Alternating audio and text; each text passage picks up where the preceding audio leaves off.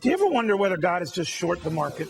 What is his purpose with these markets? Fortunes lost, homes lost, jobs lost, lots of folks just lost. Who better to help with the purpose of life than the man whose purpose-driven life drove millions to change theirs? I'm talking, of course, about Pastor Rick Warren, the man as comfortable counseling politician as he is praying at their inaugurations. Neither left nor right, sort of omnipresent. The founder and senior pastor of Saddleback Church, telling me that God does have a purpose with all of this bad news. God whispers to us in our pleasure, but he shouts to us in our pain. Pain is God's megaphone, and there's no doubt about it. If you know anything about American history or biblical history for that matter, recessions are often a key to spiritual revival. You know, Neil, when economies go down, three things actually go up. Church attendance goes up, bar attendance goes up, and movie attendance goes up. And the reason why, those three, historically, whether it's the Great Depression or any of the other recessions we've been through in our lifetime, people are looking for three things when they're disappointed in materialism. One, they're looking for meaning, so they start going back to church. Second, they start looking for a connection. We always want to be connected to other people, so they go to a bar.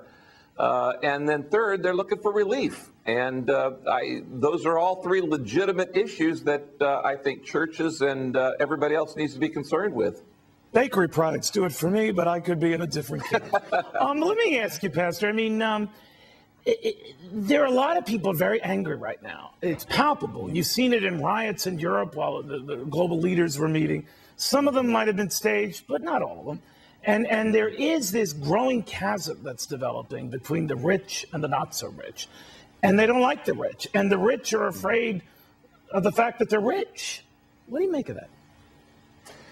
Well, you know, I think there's a lot of guilt being carried around right now. There's a lot of shame being carried around. Some of it is totally unnecessary. I do believe that, you know, when we build a house of cards, it's eventually going to fall down. And we've talked about this before, that sometimes people are you know, making money through, you know, Ponzi schemes and things like that. And they have a right to be angry at that. If they've lost millions of dollars of something that they put their trust into.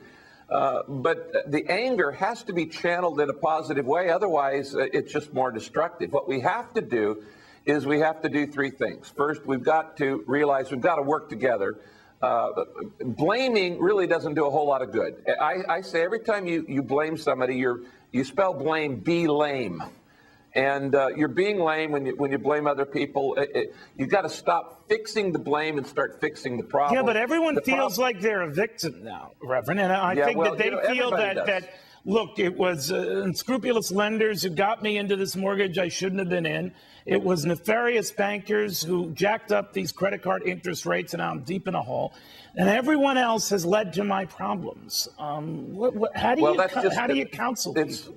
It's simply not true. Everybody has to take responsibility for their part of the disaster. And the truth is, we have been living beyond our means for years. And Americans lost the ability to do delayed gratification, which is one of the hallmarks of American culture. This country was built on thrift, you know, on Ben Franklin and biblical principles that said, you know, a penny saved is a penny earned, and a hard day's work, and you know, we make it the old-fashioned way, we earn it.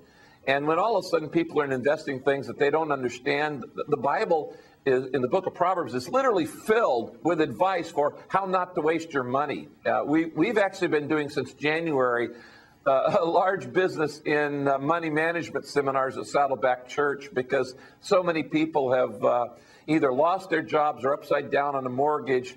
But I can't blame God for the fact that I chose to buy a house that I couldn't afford. I was presumptuous. You know, I mortgaged the hill. Typically, we buy things we don't need with money we don't have. You said it took years to get us into this bind, and now we're there. So I would assume by that definition, it's going to take years to get us out.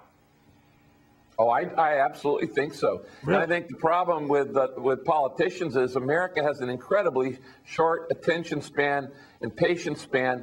And it's like when people come to see me, Neil, as a pastor, and their marriage is falling apart. And I say, well, how long have you had this problem? Well, 20 years. And they want me to solve it in 1 or 2 sessions.